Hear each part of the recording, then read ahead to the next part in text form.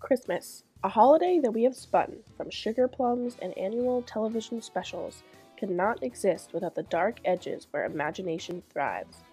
Come late November, the child's world of reality begins to dissolve as magic elves crouch and spy on the shelves of suburban homes, and mysterious figures sneak down chimneys and chomp down on whatever food is left out. At closer examination, the traditions that lie heavy on this holiday are rather creepy. Santa's hauntingly demonic little helper, Krampus, is the perfect manifestation of these eerie holiday associations.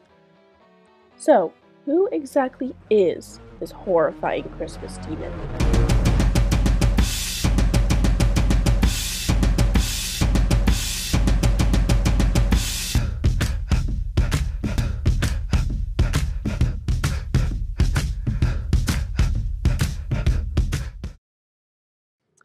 At first glance, Krampus doesn't seem like something that is associated with jolly Christmas time.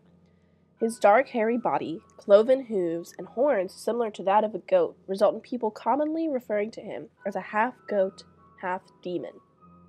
To intensify his fear factor, a long, pointed tongue hangs from his mouth, and sharp fangs glisten with clear, savage intent. He carries thick chains and large bells that he thrashes around for both dramatic effect and to warn children of his impending arrival. Of more pagan origins are the bundles of birch branches, called rootin, that Krampus carries and occasionally swats children with. Krampus sometimes appears with a sack or a basket strapped to his back, which is used to transport bad-behaved children for drowning, eating, or even bringing to hell. The demonic horns and hooves, the tongue, the chains, it's just good iconography. Both in appearance and behavior, Krampus is the ideal physical manifestation of the subtle creepiness associated with Christmas. The true origin of Krampus is relatively unknown. Traces of Krampus's origins can be found in Austria, Germany, Hungary, Slovenia, Slovakia, and the Czech Republic. Tradition has it that he is the son of the Norse god of the underworld, Hel, which explains his desire to take children back to the underworld for eating. The name Krampus originates from the German word Krampen, meaning claw, or from the Bavarian Krampen, meaning lifeless, dried out, gone to seed, or withered. Although now Krampus is consistently associated with Christmas time, this was certainly not always the case.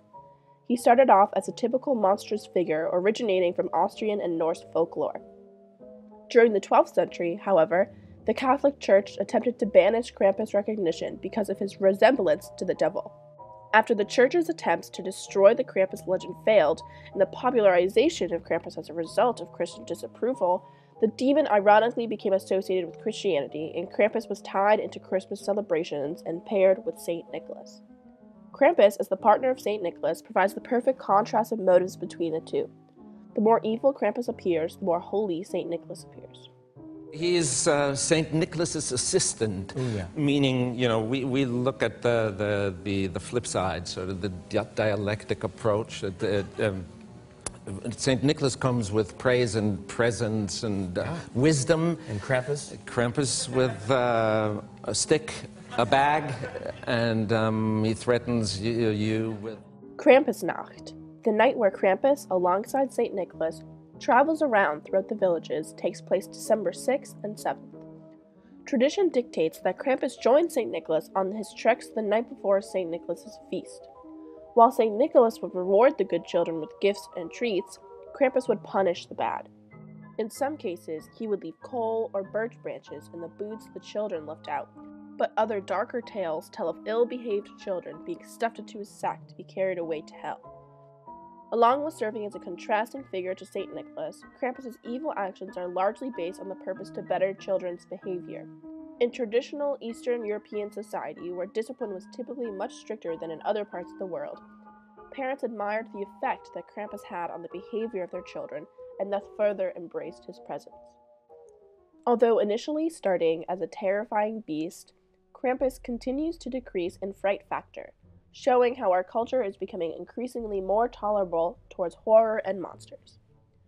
Starting in the 1800s, Europeans would exchange greeting cards featuring Krampus, called Krampuskarten, which portrayed the decreasingly intimidating qualities of the Christmas demon. The cards, usually featuring Krampus looming menacingly over children, would also include humorous rhymes and poems, serving to provide some comic relief to the scare that Krampus typically produced. In other cards, Krampus has some sexual overtones as he is pictured pursuing women wearing garments that reveal their large bosom. This perhaps also served as an additional relief from Krampus's typical frightening nature. It is also notable that Krampus card greatly contributed to the globalization of Krampus.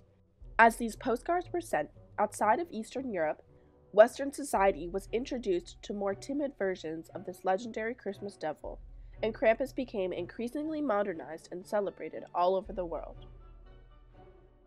In 1970s Western society, when the popularity of Krampus was beginning its increase, the friction between Krampus and the image of Christmas as a cozy and domestic holiday was ideal for Americans who grew up in this rebellious punk rock era. Popularly interpreted as the anti-Santa, Krampus perfectly expressed the countercultural contempt for the parental and consumerist structure of society, which is ever so present during the holiday season. The acceptance and embrace of Krampus in America springs from a countercultural rebellion of the domestic ideas that so typically accompany Christmas. The legend of Krampus is becoming increasingly more popular in modern times, which is necessarily accompanied by an explanation of this peculiar and somewhat distressing tradition. In many European countries, drunken men dressed as devils run through the streets for Krampuslauf, an annual Krampus run. In smaller villages, children and families are even visited in their homes, where Krampus assesses their behavior and puts on frightening displays. For some, the annual festival of child hunting Krampus is fun. Wir pflegen unseren Brauchtum und das machen wir jedes Jahr. Wir fahren nach Tirol, nach Kärnten, also quer durch ganz Österreich und es ist wirklich eine Bereicherung für uns. However, concerns that refugees in the alpine towns that celebrate Krampus could find the tradition frightful has prompted some towns to consider taming the horror. In 2015, Krampus's scheduled arrival in the towns that celebrate his presence coincided with an influx of refugees from Syria and Afghanistan. Though the festival is well loved, it gave rise to concerns that the new neighbors might be scared of the tradition and its nightmare-fueling costumes. Rather than canceling the parade, town officials decided to educate the newcomers. Refugee children in the town of Leeds were invited to a presentation where they learned about the props, costumes, and customs of Krampus. By explaining the roots and tradition behind this Christmas demon, newcomers recognized the cultural significance behind Krampus, and his presence continues to be long anticipated and feared by children and parents alike. America's developing love affair with Krampus tends to remove the monster from his context and lose his connection to St. Nicholas along with the entire purpose of his presence. Because of the popularized bah humbug attitude in pop culture, Krampus is making a very large comeback, especially in the United States. People are buying into the trend with Krampus parties, setting their own modernized versions of Krampus cartoon, and making Krampus comic series. Krampus is also featured in a larger variety of comedic television shows, such as The League. Look at this. If there's a mall Santa, there should be a mall Krampus. Am I right? Yes. Absolutely. Let's do this. And American Dad. If you lay so much as one finger on me, I will Who you talking to? I'm Krampus, bitch. I'll do whatever I please. This is my expertise. These shows highlight the growing movement of anti-Christmas celebrations. Americanized versions of the Krampuslauf are also a growing phenomenon. Multiple Krampus-related celebrations are held in cities across the country, ranging from charity fundraisers to simple bar crawls. From Chicago's Krampus Fest to San Francisco's Krampus Crawl, the character of Krampus has been imported and modified for America's desire for a non-traditional way to celebrate Christmas. With the disappearing cultural significance traditionally associated with Krampus, this Christmas demon is slowly becoming just another horror figure. His purpose of scaring children into behaving better is mostly overlooked, and even his partnership with St. Nicholas is frequently forgotten. Although some argue that the United States' embrace of Krampus is an example of cultural appropriation, his modern acceptance does, in fact, allow the tradition to live on. Yet it is still important to recognize that Krampus is not a media creation. He is not from a comic book or a movie or a mere souvenir purchased during Christmas. Krampus is a figure that is deeply rooted in Eastern Europe, and the meaning behind his actions are symbolic towards their culture. The United States should follow Leeds' footsteps and ensure that Krampus' origin story is known by those who choose to participate in his celebration. It is with this that Krampus' legacy will live on and the purpose of his existence will continue to persist.